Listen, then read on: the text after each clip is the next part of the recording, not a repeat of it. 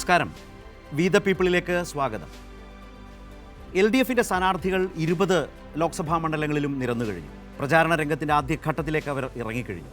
കേരളത്തിന് വേണ്ടിയും രാജ്യത്തിന് വേണ്ടിയും സവിശേഷമായി ഈ ഘട്ടത്തിൽ പോരാളികളാകാൻ എന്ന നിലയിലാണ് ആ സ്ഥാനാർത്ഥികൾ ഇപ്പോൾ കേരളത്തിൻ്റെ മുമ്പിൽ, വോട്ടർമാർക്ക് മുമ്പിൽ നിൽക്കുന്നത്. അതേ ഘട്ടത്തിൽ തൊട്ടിപ്പുറത്ത് UDFിലേക്ക് വന്നാൽ, UDFിൽ ഇന്ന് സംഭവിച്ച പ്രധാനപ്പെട്ട കാര്യം, കഴിഞ്ഞ കുറേ ദിവസങ്ങളായി ആളുകളുടെ മനസ്സിലേക്ക് വന്നൊരു കാര്യമുണ്ട്. ഇക്കുറിയും ലീഗിന് 3-ാം സീറ്റില്ല എന്ന യാഥാർത്ഥ്യം. അത് UDF ചെയർമാൻ കൂടിയായിട്ടുള്ള പ്രതിപക്ഷ നേതാവ് ഇന്ന് വാർത്താസമ്മേളനത്തിൽ പറഞ്ഞു എന്നുള്ളതാണ് വളരെ വ്യക്തമായ ഒരു യാഥാർത്ഥ്യം. തൊട്ടു പിന്നാലെ, അല്ലെങ്കിൽ ഏതാണ്ട് അതേ സമയത്ത് തന്നെ പാണക്കാട്ട് ലീഗ് നേതാക്കൾ സാദിഖ് അലി തങ്ങളുടെ നേതൃത്വത്തിൽ വാർത്താസമ്മേളനം വിളിച്ച് പതിവ് പോലെ 2 മണ്ഡലങ്ങൾ മാത്രമാണുള്ളതെന്നും അവിടെ സ്ഥാനാർത്ഥികളെ വെച്ചുമാറി മത്സരരംഗത്തേക്ക് ഇറങ്ങുന്നതെന്നും പ്രഖ്യാപിച്ചു. 3-ാം സീറ്റില്ല എന്ന യാഥാർത്ഥ്യം അവരിലൂടെ തന്നെ ലീഗ് പ്രവർത്തകരിലേക്ക് എത്തുകയും ചെയ്തു. ഈ ഒരു രാഷ്ട്രീയ പശ്ചാത്തലം, മതന്യൂനപക്ഷങ്ങളുടെ പൊതുവിചാരം ഈ തെരഞ്ഞെടുപ്പിൽ ഏതൊക്കെ തരത്തിൽ, കോൺഗ്രസിൻ്റെ സമീപനം, ലീഗിനോടുള്ള സമീപനം, ലീഗ് നേതൃത്വത്തിൻ്റെ നിലപാടുകൾ ഏതൊക്കെ തരത്തിൽ ചർച്ചകൾക്ക് വിധേയമാകുന്നു, ലീഗ് പ്രവർത്തകരുടെ മനോഭാവം എന്ത്, ഇതെല്ലാം വലിയ ചർച്ചയാകുന്നൊരു പൊതു അന്തരീക്ഷത്തിൽ നിന്നാണ് വി ദ പീപ്പിൾ ഇന്ന് ഈ വിഷയം ചർച്ച ചെയ്യുന്നത്. എനിക്കൊപ്പം സിജുവും ഷമ്മിയും മനുവും ചേരുന്നു. സിജു, ഏതാണ്ട് ലീഗ് പ്രവർത്തകർ എത്ര വർഷമായി കാണും ഒരു 3-ാം സീറ്റ് എന്ന് പറയുന്ന ഒരു ആഗ്രഹവും പേറി ഇങ്ങനെ ഇത്തവണയും അത് തേഞ്ഞു? അതായത് നമ്മൾ തന്നെ വി ദി പീപ്പിൾ, എനിക്ക് തോന്നുന്നു 3-ാമത്തെ 4-ാമത്തെ തവണയാണ് ലീഗ് വിഷയം എടുക്കുന്നതിന്. ആദ്യ തവണ വരുമ്പോൾ നമ്മൾ പറഞ്ഞത് ലീഗ് ഇത്തവണ ലീഗ് വിടുന്ന പ്രശ്നമില്ല, കാരണം കോൺഗ്രസ് വല്ലാത്ത തരത്തിൽ പെട്ടിരിക്കുകയാണ്, അതുകൊണ്ട് ഈ സീറ്റ് 3-ാം സീറ്റ് കൊണ്ടേ പോകുന്നുള്ള പറഞ്ഞു. പക്ഷേ ഇന്നത്തെ തീരുമാനത്തോടുകൂടി ലീഗ് ഒരു കാര്യം കൂടി തെളിയിച്ചു. കൊടപ്പനക്കൽ തറവാട്ടിൽ തുടങ്ങി കൊടപ്പനക്കൽ തറവാട്ടിൽ തീരുന്ന ഒരു പാർട്ടിയാണ് ലീഗ് എന്നുള്ളവർ തെളിയിച്ചു. കാരണം ഇതിനെ നമ്മൾ നോക്കുമ്പോൾ എന്ന് പറഞ്ഞാൽ 52-ൽ ഈ ആദ്യത്തെ തെരഞ്ഞെടുപ്പിൽ തന്നെ ലീഗിന് 2 സീറ്റുണ്ടായിരുന്നു. ഇപ്പോൾ 2024 ആകുന്നു, അതേ 2 സീറ്റിൽ തന്നെ അവർ നിൽക്കുകയാണ്. അന്നത്തെ പോലെ ഒരു വല്ലാത്തൊരു സാഹചര്യം ഇന്ന് രാജ്യത്ത്, അതിനേക്കാൾ ഭീകരമായൊരു സാഹചര്യം. അന്ന് കാണുന്നത് 2 സീറ്റ് കുറഞ്ഞിട്ടില്ല, 2 സീറ്റ് അല്ല, ഇതിനകത്ത് ഒരു സാധനം ഈ എന്താണ് ഈ ലീഗ് എന്ന് പറയുന്ന പാർട്ടി, അതൊരു രാഷ്ട്രീയ പാർട്ടി അല്ലാതെ മാറി എന്നുള്ളതാണ് എൻ്റെ യാഥാർത്ഥ്യം. കാരണം അവർ എന്നൊക്കെ ലീഗ് അധികാര രാഷ്ട്രീയത്തോട് സന്ധി ചെയ്ത് തുടങ്ങി അന്നത്തേക്ക് തീർന്നു ആ രാഷ്ട്രീയ പാർട്ടി. കുഞ്ഞാലിക്കുട്ടിയൊക്കെ തുടങ്ങിയ കൂടി ആ പാർട്ടി തീർന്നതാണ്. ഇപ്പോൾ വലിയ ചർച്ചയാവുന്നുണ്ട്, ട്രോളും ഭയങ്കര ഇമേജൊക്കെ. ചർച്ച തൃപ്തികരമായിരുന്നു. 3 സീറ്റ് വേണം എന്ന നിലയിൽ സിജു പറഞ്ഞ പോലെ ഇങ്ങനെ വളരെ പുഷ്ടിപ്പെട്ടിങ്ങനെ ചർച്ചയൊക്കെ കൊണ്ടുവന്നിട്ട് ചർച്ച തൃപ്തികരമാണ്. തൊട്ട് പറയുമെന്ന് കെ സുധാകരൻ പറഞ്ഞു, 3 സീറ്റ് ചോദിച്ചത് കൊടുക്കില്ല, രാജ്യസഭ കൊടുക്കാം. ഇന്നതാണ് നടന്നത്. അപ്പോൾ ചർച്ച തൃപ്തികരമായി എന്ന് പറഞ്ഞ കുഞ്ഞാലിക്കുട്ടി ഇപ്പോൾ വലിയ ചർച്ചയായിട്ടുണ്ട് സമൂഹ മാധ്യമങ്ങളിൽ. നേരത്തെ ഷമ്മി തന്നെ അങ്ങനെ ഒരു കാർഡ് കാണിച്ചു എന്നെ. ശരിക്കും അനുസരണയുള്ള കുട്ടി എന്ന് പറയുന്നത് ഈ സാദിഖ് അലി തങ്ങളുടെ ആ മുഖം കണ്ടു കഴിഞ്ഞാൽ നമുക്ക് ഭയങ്കര സന്തോഷം തോന്നും. വളരെ ശാന്തനായി വന്ന് ആഗ്രഹിച്ചത് കിട്ടിയ മട്ടില്ല. ആദ്യം അദ്ദേഹം പറയുന്നത് എങ്ങനെയാണ്, 3 പാർലമെന്റ് സീറ്റിൽ മത്സരിക്കും. ഞാൻ വിചാരിച്ചു തമിഴ്നാട്ടിൽ അത് പറയുന്നില്ല,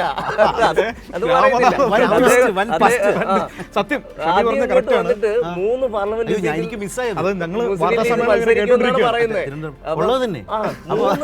ഇത് വളരെ ശാന്തനായ മോഭാവത്തോടുകൂടി വന്ന് 3 സീറ്റിൽ ലീഗ് മത്സരിക്കും എന്ന് പറയാ. ഞാൻ വിചാരിക്കുകയാണേ 3 സീറ്റ് കിട്ടിയോ.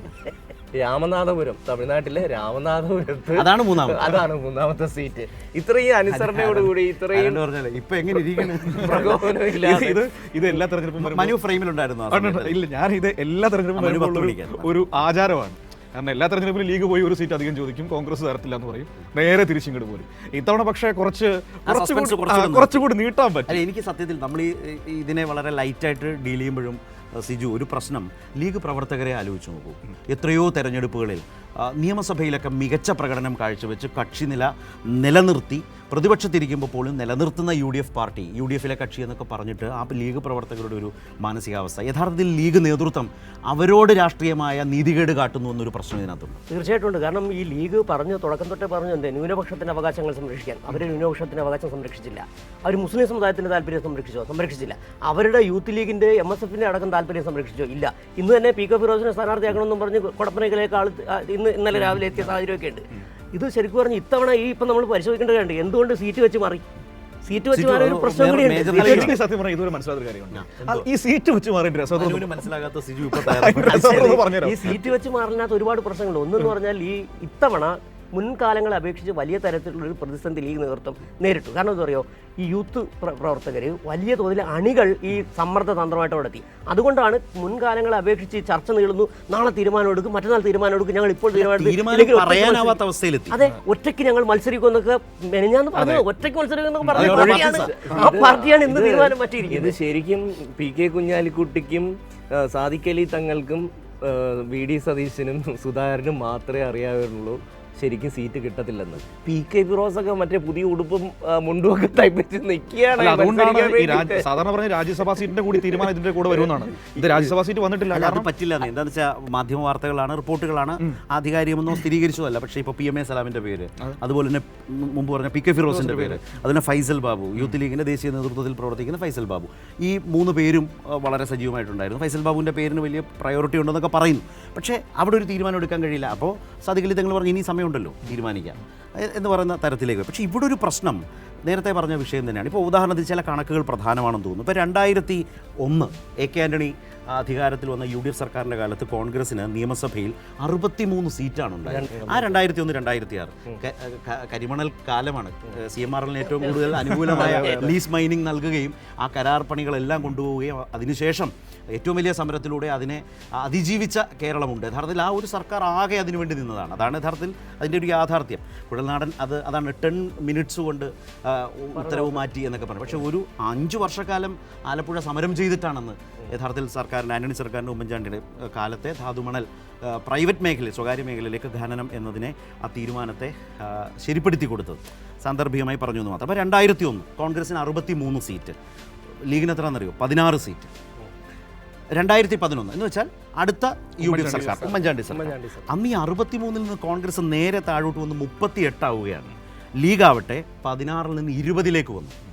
യഥാർത്ഥത്തിൽ ആ ഭരണം നേടുന്ന നിലയിലേക്ക് വന്ന് കോൺഗ്രസിനോളം തന്നെ കോൺഗ്രസ് താഴോട്ട് വരുന്നു, ലീഗ് മുകളിലേക്ക് പോകുന്നു മുന്നണിക്കകത്ത്. 2021 പ്രതിപക്ഷം ഏറ്റവും ലാസ്റ്റ് നോക്കാം.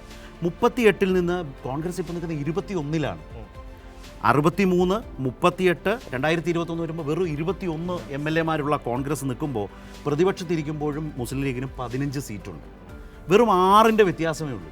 6 സീറ്റിൻ്റെ വ്യത്യാസമുള്ളപ്പോഴും ഞങ്ങൾക്ക് സിജു പറഞ്ഞ പോലെ 2 സീറ്റുണ്ട് ലോക്സഭയിൽ. വലിയ കാര്യം. ഞങ്ങൾക്ക് 16-20 ഉള്ള കാലത്ത് ഞങ്ങൾക്കുണ്ട് 2 സീറ്റ്. ഒരിട്ടും അത് മെയിൻറ്റെയിൻ ചെയ്തിട്ടുണ്ട്. കോൺഗ്രസിനെ എങ്ങനെയാണ് ഇവരുടെ പ്രധാനപ്പെട്ട ആവശ്യത്തെ എല്ലാ വർഷവും പറഞ്ഞു മയക്കി കൂടെ നിർത്തി അവരെ അനുസരിപ്പിക്കാൻ കഴിയുന്നൊരു പ്രധാന പ്രശ്നമുണ്ട്. എന്താണ് ഇതിൻ്റെ കുട്ടൻസ്? അല്ല, ഇതിനകത്ത് ദേശീയ തലത്തിൽ ലീഗ് ഒരു സാന്നിധ്യവുമല്ല, ഒരു രാഷ്ട്രീയ ശക്തിയുമല്ല എന്നുള്ളത് കോൺഗ്രസ് തന്നെ അവരെ പല കാലഘട്ടങ്ങളിൽ ബോധ്യപ്പെടുത്തിക്കൊണ്ടിരിക്കുക. അത് പറയുന്നത് എന്താണ്? ഈ ദേശീയ തലത്തിൽ BJP നേരിടാൻ വേണ്ടിയിട്ട് ഞങ്ങൾ എടുക്കുന്ന നിലപാടുണ്ട്. അതായത് ഹിന്ദുത്വ നിലപാടെടുക്കുമ്പോൾ ലീഗിനെ കൂടെ നിർത്തിക്കഴിഞ്ഞാൽ പ്രശ്നമുണ്ട് എന്നുള്ളത് നേരത്തെ പറഞ്ഞ പോലെ കുഞ്ഞാലിക്കുട്ടിക്കും സുധാകരനും ഒക്കെ അറിയുന്ന ചില തന്ത്രങ്ങളുണ്ട്. അതെ, ഇത് കഴിഞ്ഞാൽ കേരളം, ഇത് ശരിക്കും നമ്മൾ മനസ്സിലാക്കേണ്ടത് ലീഗിന് മനസ്സിലായി കഴിഞ്ഞു കേരളത്തിന് അപ്പുറത്തേക്ക് ഒരു സാന്നിധ്യം അവർക്ക് ഇല്ല. കേരളത്തിൽ ഇനി അടുത്ത 2026 തെരഞ്ഞെടുപ്പ് വരുമ്പോൾ എങ്ങനെയെങ്കിലും അധികാരത്തിൽ UDF-നെ ഇങ്ങനെ വരികയാണെങ്കിൽ, അതാണ് നോട്ട് ദ പോയിന്റ് എന്ന് പറയുന്നത്, വരികയാണെങ്കിൽ എങ്ങനെ അധികാരത്തിലേക്ക് വരിക. 2 സീറ്റ് കൊടുക്കും കേട്ടോ, മറക്കരുത്. അങ്ങനെയാണ് പറഞ്ഞേക്കുന്നത്. ഞങ്ങൾ അധികാരത്തിൽ വന്നാൽ രാജ്യസഭയിൽ 2 സീറ്റ് കൊടുക്കും. ഇവർക്ക് അധികാരം, കേരളത്തിൽ അധികാരം എന്നുള്ളത് ഒരു രാഷ്ട്രീയ, അത് പറയുമ്പോൾ ചിലർ ചോദിക്കുന്നത് വന്നിട്ട് വേണ്ടേ എന്നൊരു ചോദ്യമുണ്ട്. ഇതില് ഇപ്പോ ഈ വരുന്ന ജൂലൈയിൽ വരുമ്പോൾ ഒരു സീറ്റ് ലീഗിന് കൊടുക്കും. പക്ഷേ ലീഗിന്റെ സീറ്റ് ഇനി ഒഴിവ് വരുമ്പോൾ അതങ്ങ് കോൺഗ്രസ്, അബ്ദുൽ വഹാബിന്റെ കാലാവധി തീരുമ്പോൾ ആ സീറ്റ് കോൺഗ്രസ് തിരിച്ചെടുക്കും. അത് ഒഴിവ് വരുന്നത് 2027. 2027 PV അബ്ദുൽ വഹാബിന്റെ രാജ്യസഭാ കാലാവധി തീരുമ്പോൾ അത് കോൺഗ്രസ് എടുക്കും. ഇപ്പോൾ ജൂണിൽ വരുന്നത് സ്വാഭാവികമായും കോൺഗ്രസിന് കിട്ടേണ്ടതാണ്, അത് ലീഗിന് കൊടുക്കും. ആ ഒരു അത് നോക്കിയാൽ ഏതാണ്ട് പരമാവധി ഒരു 3 വർഷത്തേക്ക് ലോക്സഭയിലേക്ക് ജയിച്ചാൽ 5 വർഷം കിട്ടുന്നു. പക്ഷേ രാജ്യസഭയിലേക്ക് പോയാൽ കേവലം ഒരു 3 വർഷത്തേക്ക് ഒരു താൽക്കാലികമായ ആശ്വാസം പോലെ ഒരു രാജ്യസഭാ സീറ്റ് കിട്ടുന്നു. അപ്പോൾ PV അബ്ദുൽ വഹാബിന്റെ സീറ്റ് തിരിച്ചവരെടുത്താൽ ഫലത്തിൽ രാജ്യസഭയിൽ ഒരാളെ ഉണ്ടാവും. ലീഗിന്റെ ഈ 3-ാം സീറ്റ് എന്ന ആവശ്യത്തോട് ഒരു പല ആൾക്കാരും, നേരത്തെ അതിനെ ഒപ്പോസ് ചെയ്തിരുന്ന ആൾക്കാർ പോലും അതിനെ പിന്തുണയ്ക്കാനുള്ള ഒരു കാരണമായിട്ട് ഞാൻ മനസ്സിലാക്കുന്നത്, ദേശീയ തലത്തിൽ ലോക്സഭയിലും രാജ്യസഭയിലും മുസ്ലിങ്ങളുടെ എണ്ണം ഭയങ്കരമായി BJP ലിസ്റ്റിൽ വരുന്നതേ ഇല്ല. അതുമാത്രമല്ല, കോൺഗ്രസിന് പോലും മുസ്ലിം സ്ഥാനാർത്ഥികളെ നിർത്തി ജയിപ്പിക്കാൻ പല ബുദ്ധിമുട്ടുകളും നേരിടുന്ന ഒരു സാഹചര്യം. അങ്ങനെ ഒരു അവസ്ഥയിൽ തീർച്ചയായിട്ടും മുസ്ലിം ലീഗിന് ഒരു സീറ്റ് കൂടി ചോദിക്കാൻ ഒരു അവകാശം വരുന്നു. ലോക്സഭയിൽ മുസ്ലിങ്ങളുടെ ഒരു പ്രാതിനിധ്യത്തിൽ ഒരു ചെറിയ തോതിലെങ്കിലും ഒരു വർധനവ് വരുത്താൻ അത് സഹായിക്കും എന്നുള്ള അർത്ഥത്തിലാണ് ലീഗിൻ്റെ ഇതിൽ അത് കറക്റ്റാണ്. ഈ ഒരു മാറുന്ന ഇന്ത്യ ആ നിലയിൽ ജനാധിപത്യ രാജ്യത്തെ സംബന്ധിച്ച് ഏറ്റവും നിർണായകമായ ഒരു തെരഞ്ഞെടുപ്പിൽ ആ നിലയിൽ രാജ്യത്തിൻ്റെ ഒരു വൈവിധ്യം നമ്മുടെ പാർലമെൻറ്റിൽ ഉണ്ടാകണം എന്നുള്ളതാണ്, ബഹുസ്വരത ഉണ്ടാകണം എന്നുള്ളതാണ്. അതിനെ ഏറ്റവും അധികം ഒറ്റ ശബ്ദത്തിലേക്കും ഒക്കെ പരിമിതപ്പെടുത്തുന്ന മോദി സർക്കാരിൻ്റെയോ BJPയുടെയോ സംഘപരിവാറിൻ്റെയോ കാലത്ത് ലീഗ് അടക്കമുള്ള പാർട്ടികൾക്ക് UDFനകത്ത്, കോൺഗ്രസ് നയിക്കുന്ന UDFനകത്ത് ലഭിക്കുന്ന പരിഗണന കുറഞ്ഞു പോകുന്നു. ഈ കാലത്ത് അതിനനുസരിച്ച് വർദ്ധിക്കുന്നില്ല എന്നുള്ള ഗൗരവ പ്രശ്നം ആ പാർട്ടി ലീഡർഷിപ്പ് എങ്ങനെയാണ് അവരുടെ അണികളോട് പറഞ്ഞു മനസ്സിലാക്കുക എന്നുള്ളത് വളരെ പ്രധാനപ്പെട്ടതാണ്. ഇപ്പോൾ നേരത്തെ മനു പറഞ്ഞൊരു പ്രശ്നമുണ്ട്. ഇപ്പോൾ രാജ്യസഭാ സീറ്റാണ് ഫോർമുലയിൽ വന്നിട്ടുള്ളത്. രാജ്യസഭാ സീറ്റ് യഥാർത്ഥത്തിൽ ഇനി UDF ഏത് കാലത്ത് അധികാരത്തിൽ വന്നാലും അവർക്കൊരു സെറ്റിൽഡ് ഫോർമുലയുണ്ട്. 3 സീറ്റ് കോൺഗ്രസ്സിന്, 2 സീറ്റ് ലീഗിനുള്ളൂ. അപ്പോൾ അപ്പോഴും വർധനമൊന്നുമില്ല, പഴയ ഫോമുല അതേപടി തന്നെ. അതെ. അപ്പോൾ ഇതിലൊരു നഷ്ടക്കച്ചവടം എന്ന് പറയുന്നത് കാലാകാലങ്ങളായി ലീഗ് നേരിട്ടുകൊണ്ടിരിക്കുന്നു എന്ന വസ്തുത അടിവരയിട്ട് ഉറപ്പിക്കാവുന്ന സാഹചര്യത്തിലാണോ? ക്ലോസ് ചെയ്യാമത്? അല്ല, ഇതിനകത്തൊരു പ്രശ്നം എന്ന് പറഞ്ഞാൽ ഇവർക്ക് നേരത്തെ നമ്മൾ സീറ്റുകളുടെ കണക്ക് പറഞ്ഞല്ലോ. സീറ്റുകൾ അവർ ഇപ്പം 15 ചുരുങ്ങി 23 വരെ ഉയർന്ന ലീഗ് നിയമസഭയിൽ ഇവർ എത്ര സീറ്റ് ഉയർന്നപ്പോൾ അതൊന്നും ഞങ്ങൾ ലോക്സഭയിലേക്ക് കണക്കിലെടുക്കുന്നത്. ലോക്സഭയിൽ ഞങ്ങൾക്ക് കണക്കിലെടുക്കാൻ പറ്റത്തില്ല എന്നാണ് കോൺഗ്രസ് അവരോട് പറയുന്നത്. ഇതിൻ്റെ പ്രധാനപ്പെട്ട പ്രശ്നം ഈ ചാപ്റ്റർ അങ്ങനെ ക്ലോസ് ചെയ്യാൻ പറ്റുമെന്ന് എനിക്ക് തോന്നുന്നില്ല. കാരണം ഇനിയാണ് കഥ തുടങ്ങാൻ പോകുന്നത്. നമ്മൾ വിചാരിക്കുന്ന പോലല്ല, ലീഗ് നേതൃത്വത്തിനെതിരെ ശക്തമായ വികാരം അവരുടെ അണികൾക്കിടയിലുണ്ട്. കാരണം ഇത്തവണ പൊതുസമൂഹത്തിനുള്ളിൽ തന്നെ ഒരു ബോധ്യമുണ്ടായിരുന്നു ലീഗിന് സീറ്റ് അധികം കിട്ടാനുള്ള യോഗ്യത നമ്മളിപ്പോൾ സംസാരിച്ചപ്പോൾ പറഞ്ഞതുപോലെ തന്നെ. പക്ഷേ അത് മേടിക്കാൻ കഴിയാതെ പോയത് ഈ പറയുന്ന നേതൃത്വത്തിൻ്റെ കഴിവുകേടാണെന്ന വ്യാപക വിമർശനം അവർക്കിടയിലുണ്ട്. അതിൻ്റെ ഭാഗമായിട്ടാണ് ഒറ്റയ്ക്ക് മത്സരിക്കണമെങ്കിൽ മത്സരിക്കണം എന്നൊരു തീരുമാനത്തിലേക്കൊക്കെ അവർ പോയത്. അപ്പോൾ എന്തുകൊണ്ട് ഈ കോൺഗ്രസിന് മുൻപിൽ ഞാനൊരു കാര്യം ചോദിക്കട്ടെ, ഇപ്പോൾ ദേശീയ തലത്തിൽ സംഘപരിവാർ വിഷയവുമായി ബന്ധപ്പെട്ട കാര്യങ്ങളിൽ കോൺഗ്രസ് സ്വീകരിക്കുന്ന നിലപാട് നമുക്കറിയാം. അപ്പോൾ അങ്ങനെ നിൽക്കുന്ന ഒരു മുന്നണിയുടെ മുന്നിൽ സ്വന്തം അസ്തിത്വം പറഞ്ഞുകൊണ്ടൊരു സീറ്റ് മേടിക്കാൻ കഴിഞ്ഞില്ലെങ്കിൽ പിന്നെ എന്തിനാണ് അതായത് ഈ പറഞ്ഞ പോയിന്റിൽ ഒരു ഗൗരവമായ വശമുള്ളത്. ഇപ്പോൾ മോദി സർക്കാരിൻ്റെ അവസാനത്തെ ഈ പാർലമെൻറ്റ് സമ്മേളനത്തിൽ അയോധ്യയിൽ ക്ഷേത്രം നിർമ്മിച്ചതിൻ്റെ അടിസ്ഥാനത്തിൽ പ്രധാനമന്ത്രിക്ക് നന്ദി പ്രമേയം അവതരിപ്പിക്കുന്ന ഒരു ഘട്ടമുണ്ടായി. ഇടതുപക്ഷം CPIM ഇറങ്ങിപ്പോന്നു. ലോക്സഭയിൽ വളരെ കുറച്ച് അംഗങ്ങൾ മാത്രമേ ഉള്ളൂ. മുസ്ലിം ലീഗ് ഇറങ്ങിപ്പോന്നു. പ്രേമചന്ദ്രൻ അടക്കമുള്ള കോൺഗ്രസ് അടക്കമുള്ള അംഗങ്ങൾ ആ സഭയിൽ തുടരുകയായിരുന്നു. ബഹിഷ്കരിക്കാനോ അതിനോട് യോജിച്ചുകൊണ്ടോ ബഹിഷ്കരിക്കാൻ തയ്യാറാകാത്ത ഒരു രാഷ്ട്രീയ നിലപാട് സ്വീകരിച്ചിട്ടുണ്ട്. ഇപ്പോൾ ഈ സമീപനം ലീഗ് നേതൃത്വം തുടരുമ്പോൾ യഥാർത്ഥത്തിൽ മതന്യൂനപക്ഷങ്ങളുടെ യഥാർത്ഥ സംരക്ഷകരാര്? കേരളത്തിൻ്റെ ഒരു പൊതു അന്തരീക്ഷത്തിനകത്തും അതിർത്തിക്കകത്തും മതന്യൂനപക്ഷങ്ങൾക്ക് വളരെ സമാധാനത്തോടെ ജീവിക്കാൻ കഴിയുന്ന ഒരു മണ്ഡലമായി കേരളത്തെ മാറ്റുന്നതിനുള്ള ഇടതുപക്ഷത്തിൻ്റെ CPIM നയിക്കുന്ന ഇടതുപക്ഷത്തിൻ്റെ വലിയ റോളിനെക്കുറിച്ച് വലിയ തരത്തിലുള്ള മതിപ്പ് വർദ്ധിച്ചിട്ടുണ്ട്. ഇപ്പോൾ 2021 മുതൽ നമ്മളത് കാണുന്നതാണ്. വോട്ട് പെർസെൻറ്റേജിൽ മതന്യൂനപക്ഷങ്ങളുടെ വോട്ട് ഗ്യാദർ ചെയ്യുന്നതിൽ നേടുന്നതിൽ ഇടതുപക്ഷം മുന്നോട്ട് വന്നിട്ടുണ്ട്. സ്വാഭാവികമായി ലീഗിൻ്റെ ഈ വഴുവഴുപ്പൻ സമീപനം ആ മുസ്ലിം കമ്മ്യൂണിറ്റി വോട്ടിനെ, മതന്യൂനപക്ഷ വോട്ടുകളെ സ്വാധീനിക്കില്ലേ? തീർച്ചയായിട്ടും ശരത് പറഞ്ഞ വളരെ പ്രധാനപ്പെട്ട ഒരു പോയിന്റാണ്. കാരണം പാർലമെൻറ്റിൽ പല നിർണായക സന്ദർഭങ്ങളിലും പല നിർണായക വോട്ടെടുപ്പ് വേളകളിലും ലീഗിൻ്റെ MP-മാരെ കുറിച്ച് വളരെ ഗൗരവമായ പരാതികൾ ഉയർന്നു വന്നിരുന്നു എന്നുള്ളതാണ്. നിർണായക സമയങ്ങളിൽ ഇവരെ ഒന്നുകിൽ അവർ മുങ്ങും, അല്ലെങ്കിൽ ഫ്ലൈറ്റ് ലേറ്റാവും, അതും അല്ലെങ്കിൽ അങ്ങനെ എന്തെങ്കിലും കാരണങ്ങൾ പറഞ്ഞ് ഒഴിഞ്ഞ് പോവുക. അതേസമയം CPIM-ഉം ഇടതുപക്ഷവും വളരെ കൃത്യമായി തന്നെ നിലപാടുകൾ എടുക്കുകയും സർക്കാരിൻ്റെ ന്യൂനപക്ഷ വിരുദ്ധ സമീപനത്തെ തുറന്നു കാണിക്കുകയും അത് വളരെ ശക്തമായി അവതരിപ്പിക്കുകയും ചെയ്യും. അവിടെയാണ് ന്യൂനപക്ഷങ്ങൾക്കിടയിൽ ഇടതുപക്ഷത്തിൻ്റെ വിശ്വാസ്യത വർദ്ധിക്കുന്നതും ലീഗിനോടുള്ള ഒരു അവർ രണ്ടുപേരങ്ങ് പോയിക്കോട്ടെ, അല്ലെങ്കിൽ അവർക്ക് ഒരു കുറച്ച് വോട്ട്. നമുക്കറിയാം കഴിഞ്ഞ ഉപതെരഞ്ഞെടുപ്പ് കുഞ്ഞാലിക്കുട്ടിക്ക് 2 ലക്ഷം വോട്ട് ഭൂരിപക്ഷം കിട്ടിയെടുത്ത് അബ്ദുൾ സമദാനിക്ക് കിട്ടിയത് ഏതാണ്ട് 1 ലക്ഷം വോട്ടിൻ്റെ ഭൂരിപക്ഷമാണ്.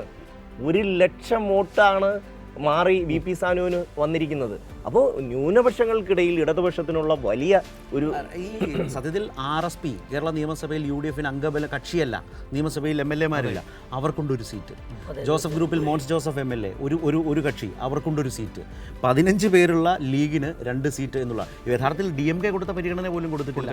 DMK ഒരു ലോക്സഭാ സീറ്റ് അവരുടെ സിറ്റിംഗ് സീറ്റ് നിലനിർത്തുന്ന ഒരു മനോഭാവം കാണിച്ചു. മതന്യൂനപക്ഷങ്ങൾക്കിടയിൽ കോൺഗ്രസ് ഒരു തരത്തിലും BJPയോ സംഘ്പരിവാറിനെ തീവ്ര ഹിന്ദുത്വത്തെ പ്രതിരോധിക്കുന്നതിൽ കേരളത്തിനകത്തായാലും പുറത്തായാലും രാജ്യത്താകെയും ദുർബലപ്പെടുന്നു എന്നുള്ള വളരെ പ്രധാനപ്പെട്ട ഒരു പ്രശ്നം നിൽക്കുന്നു. അതിനോടുള്ള അതൃപ്തിയും പേറിയാണ് ലീഗ് പോലും അവിടെ നിൽക്കുന്നത്. ലീഗ് അണികളിലും അതിൻ്റെ വലിയ അതൃപ്തി നിൽക്കുമ്പോഴാണ് ഇങ്ങനെ ഇഗ്നോർ ചെയ്യപ്പെടുന്നത്, തമസ്കരിക്കപ്പെടുന്ന ഒരു പാർട്ടി. അത് ഈ തെരഞ്ഞെടുപ്പിലടക്കം അവരുടെ പ്രവർത്തകരെ അടക്കം നിരാശപ്പെടുത്താം. കൂട്ടിച്ചേർക്കേണ്ട വിഷയം എന്ന് പറയും. ഇപ്പോൾ നമ്മൾ പറഞ്ഞു ഈ കോൺഗ്രസ് എടുക്കുന്ന നിലപാടിനെ അവർക്ക് മനസ്സിലാക്കുകയും എന്നാൽ മിണ്ടാതിരിക്കുകയും ചെയ്തു. അതുപോലെ തന്നെ ലീഗ് എടുത്ത രണ്ട് കാര്യം എനിക്ക് തോന്നുന്നു 2026 വോട്ടെടുപ്പിൽ മനു നേരത്തെ സൂചിപ്പിച്ച പോലെ അണികൾ ആ സമുദായത്തിൽ വിശ്വസിക്കുന്നവർ വരെ ഒരു പക്ഷേ ഈ ചോദ്യം ചെയ്യപ്പെടുന്ന ഒരു സാഹചര്യമുണ്ട് ലീഗിനെ. ഒന്ന്, ആ മുത്തലാഖ് വിഷയത്തിൽ ലീഗ് എടുത്ത നിലപാട്, കുഞ്ഞാലിക്കുട്ടി അടക്കം പാർലമെന്റിൽ നിന്ന് വിട്ടുന്ന സാഹചര്യം. രണ്ടാമത് ഈ അടുത്ത സാദിഖ് അലി തങ്ങൾ പറഞ്ഞ അയോധ്യ ക്ഷേത്രം രാജ്യത്തെ ഭൂരിപക്ഷത്തിൻ്റെ ആവശ്യമായിരുന്നു എന്ന് പറഞ്ഞത് ഒരുപക്ഷെ പാണക്കാട്ട് നിന്ന് മുൻപ് ഈ ലീഗിൻ്റെ പ്രസിഡന്റായിരുന്ന ഒരാളും ഇത്തരത്തിലൊരു പ്രസ്ഥാനം നടത്തിയിട്ടില്ല. നമുക്കറിയാം, മറ്റേ വാഫക്കി തങ്ങളും അടക്കമുള്ളവരും ആ തുടർച്ചയൊക്കെ അറിയാം.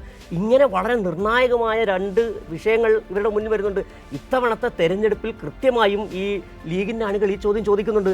ഇതവർ തിരിച്ചറിയുകയും ചെയ്തിട്ടുണ്ട്. നേരത്തെ നമ്മൾ പറഞ്ഞ പോലെ ആരാണ് ഈ ന്യൂനപക്ഷത്തിൻ്റെ ഈ മുസ്ലിം സമുദായത്തിൻ്റെ സംരക്ഷകരെന്ന് പറയുന്നത്? അത് തീർച്ചയായിട്ടും ഇവിടുത്തെ ഇടതുപക്ഷം തന്നെയാണ്.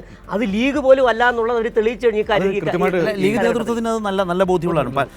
ഒരു മുന്നണിയുടെ ഭാഗമായി നിൽക്കുന്നത് കൊണ്ട് അവർ പലപ്പോഴും അവരുടെ അതൃപ്തി പരസ്യപ്പെടുത്താതൊക്കെ നിൽക്കുന്നത് നമ്മൾ കണ്ടിട്ടുണ്ട്. പക്ഷേ നിർണായക ഘട്ടങ്ങളിൽ, ഈ ഘട്ടത്തിലടക്കം പറയേണ്ട രാഷ്ട്രീയം പറയാതിരിക്കുന്ന നേതൃത്വം എന്ന പ്രശ്നം, സ്വന്തമായ ഒരു സീറ്റ് പോലും അവകാശപ്പെട്ടതിൻ്റെ പങ്കായി ഒരെണ്ണം അധികമായി മേടിക്കാൻ പോലും കഴിയുന്നില്ല. ആ രാജ്യസഭാ സീറ്റിൻ്റെ ഓഫറിൻ്റെ പൊള്ളത്തരങ്ങൾ വളരെ പ്രകടമാണ്. ഇതെല്ലാം അടങ്ങുന്ന നിലയിൽ നേതൃത്വം ചോദ്യം ചെയ്യപ്പെടുന്ന വലിയൊരു സാഹചര്യമുണ്ട്. കാരണം നമ്മൾ നവകേരള സദസ്സിന് മലപ്പുറത്തോടെ സഞ്ചരിച്ചപ്പോൾ അത് കണ്ടതാണ്. നമ്മൾ വിചാരിക്കുന്നത് പോലല്ല അവിടെ ലീഗിന്റെ പാരമ്പര്യമായി കിട്ടിയ കോട്ടകളിൽ പോലും വലിയ വിള്ളലുകൾ സംഭവിച്ചിട്ടുണ്ട്. കുഞ്ഞാലിക്കുട്ടിയിലേക്ക് അതാ ഞാൻ പറയാൻ വന്നത്. വേങ്ങരയിൽ ഞങ്ങൾ ചെന്നപ്പോൾ അത്ഭുതപ്പെട്ടു പോയെന്ന്.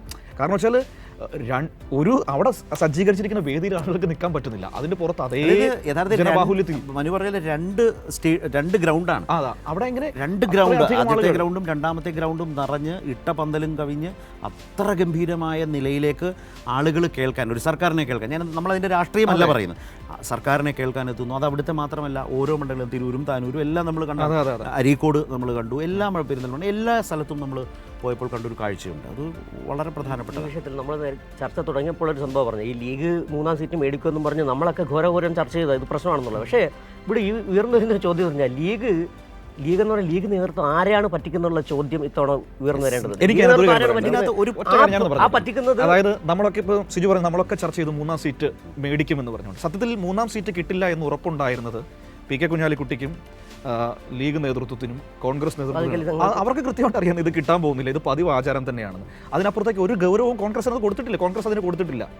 അല്ല, അതിൽ തന്നെയുണ്ട്. പിന്നെ കണ്ണൂരിൻ്റെ കാര്യത്തിൽ, കണ്ണൂരിലേക്ക് ലീഗ് കണ്ണ് വെച്ചപ്പോൾ കെ സുധാകരൻ കയറി വന്നു.